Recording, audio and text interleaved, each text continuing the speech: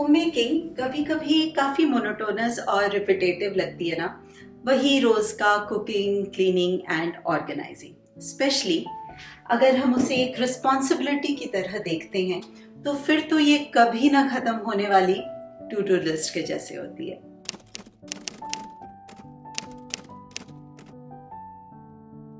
Hello दोस्तों, welcome back. उम्मीद करती हूँ आप लोग बहुत अच्छे होंगे। आज हम किचन क्लीनिंग, ऑर्गेनाइजिंग और डेकोरेटिंग के बारे में बात करेंगे, क्योंकि मेरा मानना है जब घर के काम करने ही है तो क्यों ना हम उसे क्रिएटिविटी के साथ खुश होके करें instead of complaining and cribbing.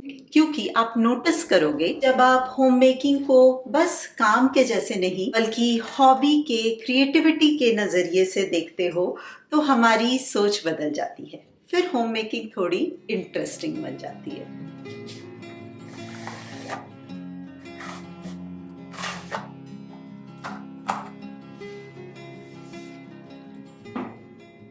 Every day सुबह सुबह उठ के घर के काम करने के लिए हम सबको एक मोटिवेशन की ज़रूरत होती है, और हर एक के लिए वो मोटिवेशन अलग होता है। जब मेरा किचन, घर क्लीन होता है, ऑर्गेनाइज्ड होता है, खूबसूरत होता है तो मुझे खुशी मिलती है, मोटिवेशन मिलती है, एनर्जी मिलती है डेली के काम करने के लिए, कुकिंग करने के लिए, नई नई डिशेस एक्सपेरिमेंट करने के लिए। और डेकोरेशन का, ऑर्गेनाइजेशन का पहला स्टेप होता है अपने स्पेस को क्लीन रखना।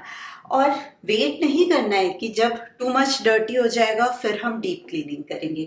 अगर आप 10 डेज, 15 डेज के गैप में अपने किचन को थोड़ा सा डीप क्लीन कर लेते हो, उसके स्टाइल को चेंज करते हो, डेकोरेशन चेंज करते हो, तो एक फ्रेशनेस भी आ जाता है और आपका किचन हमेशा क्लीन रहता है। टू मच मेसी या डर्टी नहीं होता, क्योंकि जब टू मच साफ करना होता है तो मेहनत भी ज़्यादा लगती है। और अगर छोटे छोटे इंटरवल में हम क्लीनिंग करते रहे, स्पेशली अगर वाइट किचन है, तो फिर करना ही पड़ता है।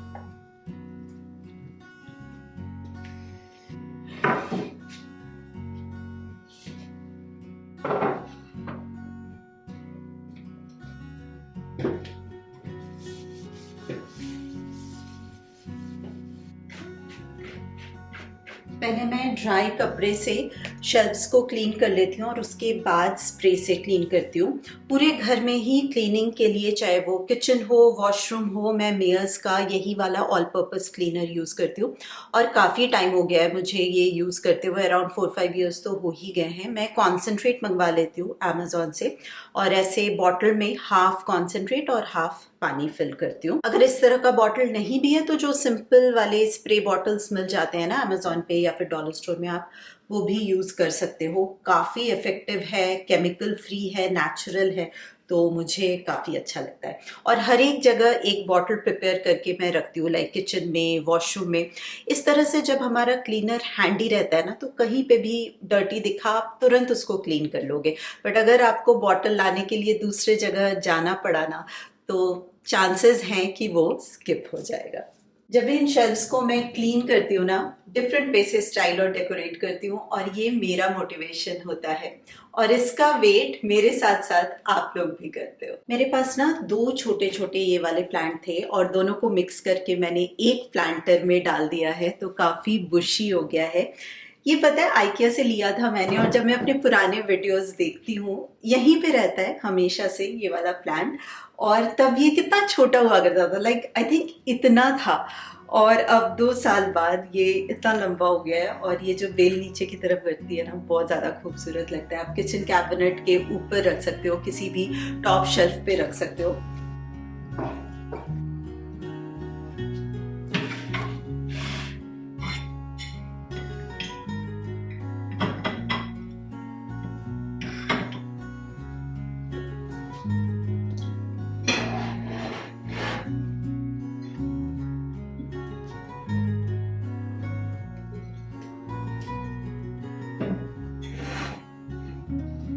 डॉलर स्टोर में इस तरह के रेसिपी बुक्स मिल जाते हैं आपको, हार्ड कवर वाले, जो बहुत ही खूबसूरत लगते हैं। स्पेशली किचन में या डाइनिंग एरिया में आप इनसे स्टाइल कर सकते हो।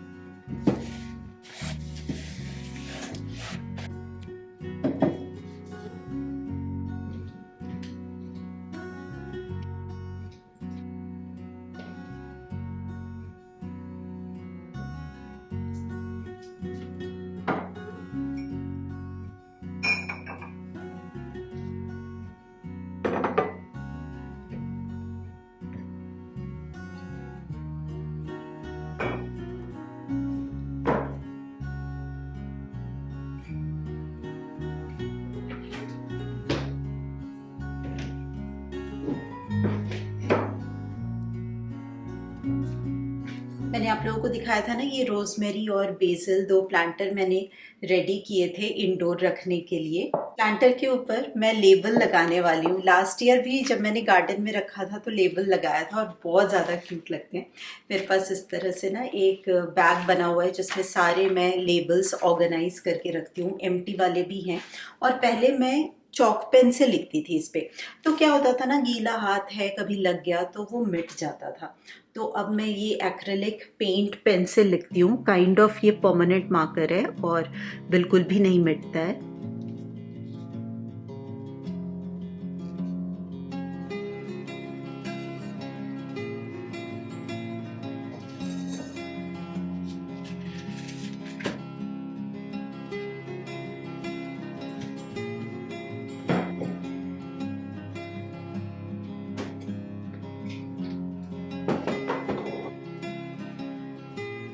ओपन शेल्फ्स बहुत ही ज़्यादा पर्सनल चॉइस है। आई नो इंडिया में डस्टिंग बहुत ज़्यादा करनी होती है तो ओपन शेल्फ्स बहुत लोगों को पसंद नहीं आता।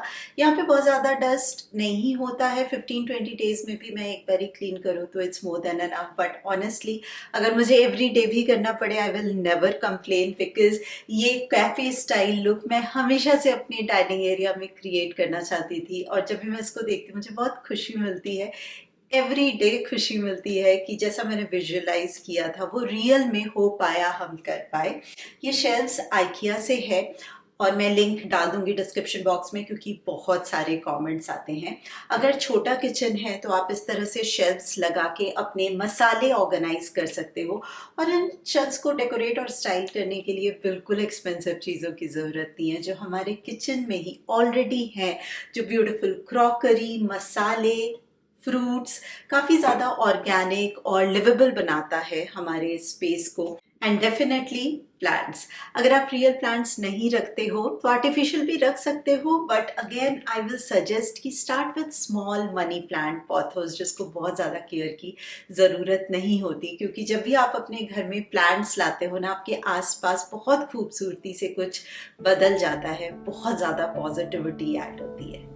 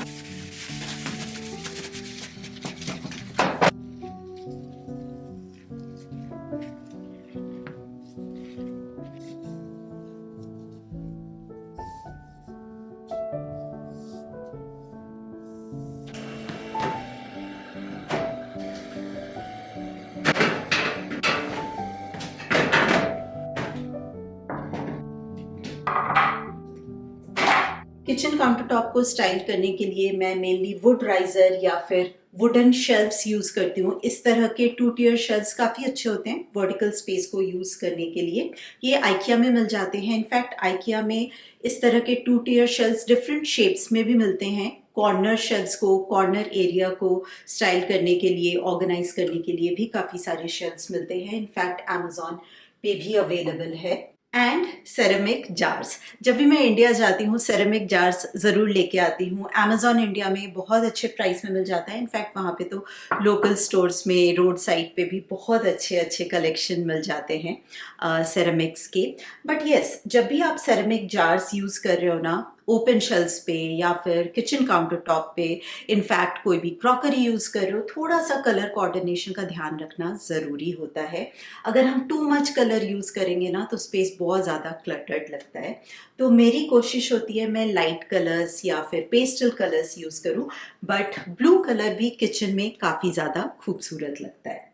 इस तरह के न्यूट्रल कलर में जार्स आपको आइकिया से भी मिल जाते हैं। इनफैक्ट बॉकलर एक शॉप है कनाडा में, वहाँ पे भी किचन की काफ़ी अच्छी चीज़ें मिलती हैं। इस तरह के मेसन जार्स मिलते हैं। ये वाला कलर भी बहुत खूबसूरत लगता है किचन डेकोर के लिए, जो डार्क ग्रीन कलर होता है ना, इट्स वेरी प्रिटी।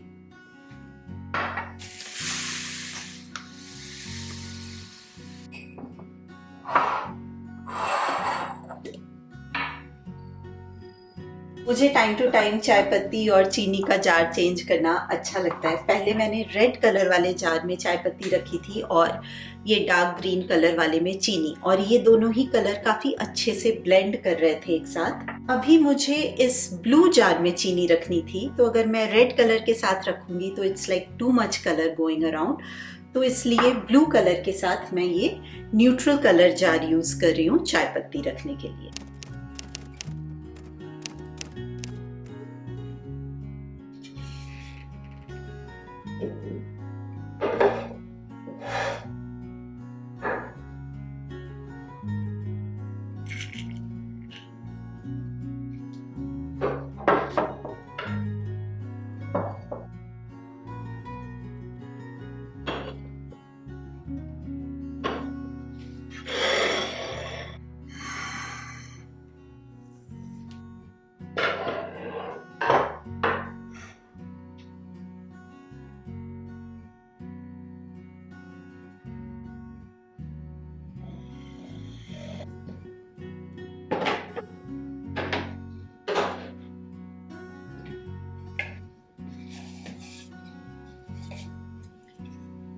ये वुडन कटलरी ऑर्गेनाइजर है, पर इसको बहुत सारे डिफरेंट वे से हम यूज कर सकते हैं।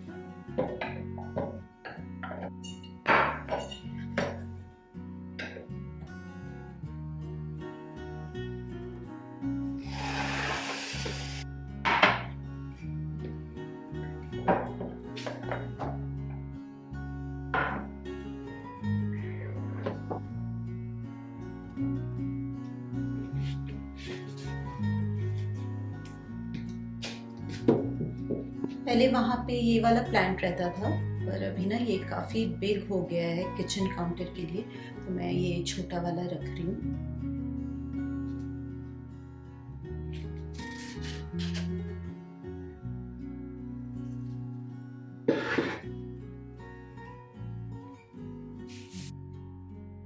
मैं डेकोर आइटम्स को डिफरेंट वे में यूज़ करती हूँ। ये एक वास है, लेकिन आज मैं इसे यूटेंसिल होल्डर की तरह यूज़ कर रही हूँ।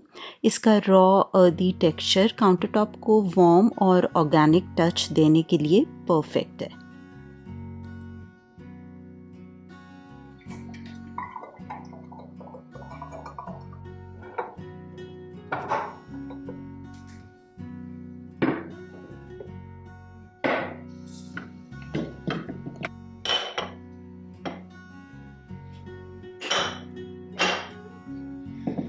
ये वाला स्टाइल भी काफ़ी अच्छा लग रहा है, क्लीन एंड मॉडर्न, बट मुझे ना ये स्पाइस बॉक्स यहीं पे रखना है, क्योंकि बहुत ज़्यादा फंक्शनल हो जाता है, कुकिंग करते टाइम बहुत इजी हो जाता है, और ये है भी बहुत ज़्यादा खूबसूरत। तो बहुत सारे कमेंट्स भी आते हैं स्पाइस बॉक्स के बारे में। तो जब मैं इंडिया गई थी तो अमेजॉन इंडिया से लिया था मैंने। जितने भी प्रोडक्ट्स के लिंक्स मेरे पास अवेलेबल हैं, मैं सारा कुछ डाल दूँगी डिस्क्रिप्शन बॉक्स में। सो इसको थोड़ा सा चेंज करते हैं। इन सारी चीज़ों के साथ ना ये सॉल्ट जार का कलर ब्लेंड नहीं कर रहा है, थोड़ा आउट ऑफ प्लेस लग रहा है, इसलिए मैं इसमें डाल रही हूँ सॉल्ट, न्यूट्रल एंड सिंपल।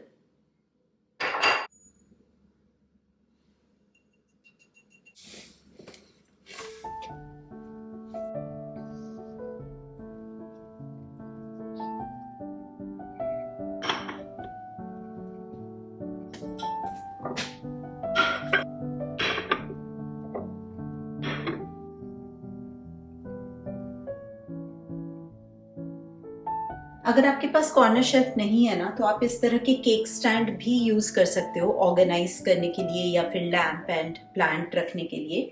और प्लांट नहीं रखना तो आप फ्लावर्स भी रख सकते हो, फ्रेश फ्लावर्स रख सकते हो, बहुत ज्यादा खूबसूरत लगेगा।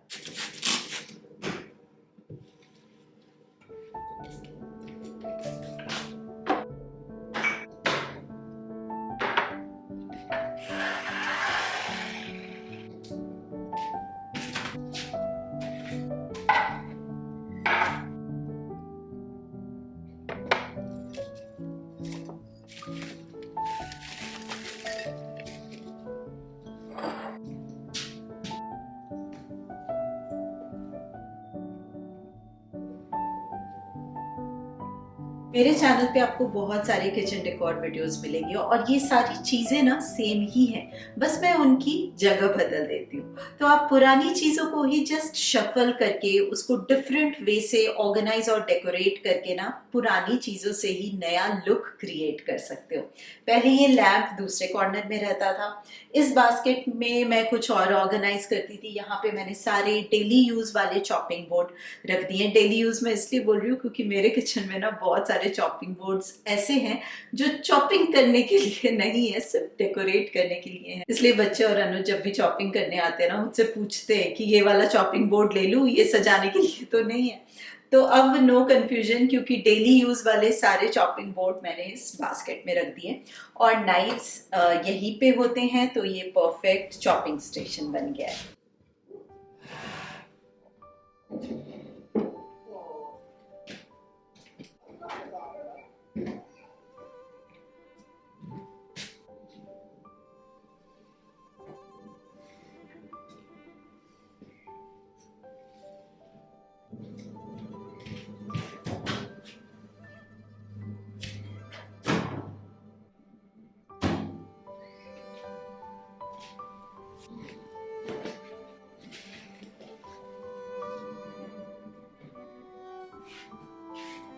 मेरे पास एक सर्विंग प्लेटर है, कॉस्को से लिया था मैंने, आई थिंक आप लोगों के साथ शेयर भी किया था। और सारी प्लेटर्स ना इस बास्केट में अरेंज थे। अब हमेशा तो वो चाहिए नहीं होता है, जब कोई गेस्ट आते हैं तभी चाहिए होता है स्नैक्स एंड ऑल सर्व करने के लिए, पर इतने खूबसूरत बास्केट को स्टोर करके नहीं रखना होता है ना, इसको यूज़ करना होता है। तो मैं ये बास्केट यूज़ करती हूँ अराउंड द हाउस, किसी भी कॉर्नर को, टेबल को, कॉफ़ी टेबल या फिर डाइनिंग टेबल पे चीज़ें ऑर्गेनाइज और डेकोरेट करने के लिए। इनफैक्ट किचन आइलैंड पे भी एक अच्छा सा सेंटर पीस बनाने के लिए इस तरह का बास्केट परफेक्ट होता है।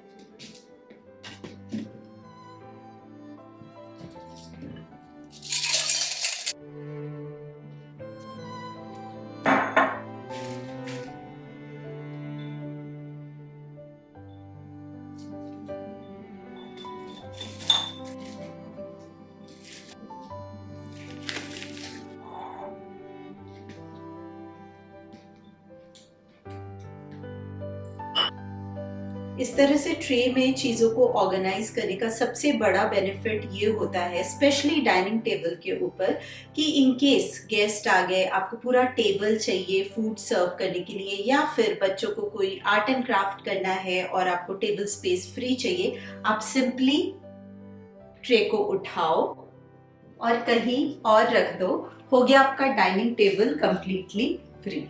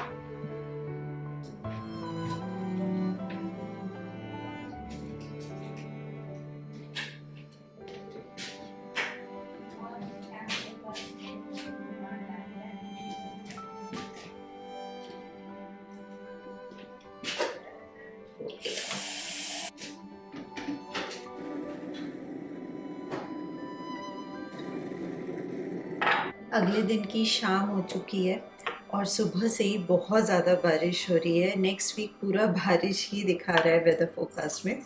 पर ये तो है, जब भी बारिश होती है ना, बाहर इतनी ज़्यादा हरियाली हो जाती है, बहुत खूबसूरत लगता है। और सुबह से मैं पैंट्री क्लीन कर रही थी, ऑर्गेनाइज कर रही थी, और मैंने रिकॉर्ड इसलिए नहीं किया, फिर बहुत ज़्यादा टाइम लग जाता है और मुझे काफ़ी कुछ करना था पैंट्री में। 3-4 महीने में एक बार मुझे पैंट्री रीसेट करना ही पड़ता है, क्योंकि सारे ही यूज़ करते हैं ना, तो चीज़ें अपनी जगह पे तो पहुंचती नहीं है, तो काफ़ी डिसऑर्गेनाइज हो रखा था। और जितनी बार भी मैं पैंट्री को ऑर्गेनाइज करती हूँ ना, मेरी कोशिश होती है कि स्पेस को बेटर वे से यूटिलाइज कर सके। तो अच्छे से ऑर्गेनाइज हो गया है, थोड़ी जगह भी खाली है, क्योंकि फ्रूट्स, कुछ एक वेजिटेबल्स भी मैं पैंट्री में ही रखती हूँ, तो जब ग्रोसरीज आएंगी तो उसके लिए स्पेस है ऑलरेडी। तो चलिए दोस्तों, इस ब्लॉग के लिए इतना ही रखते हैं। उम्मीद करती हूँ आप लोगों ने इन्जॉय किया होगा। मैं आपसे मिलूंगी बहुत जल्दी, तब तक आप अपना खूब सारा ध्यान रखिए, खुश रहिए, keep smiling and as always keep making lots of wonderful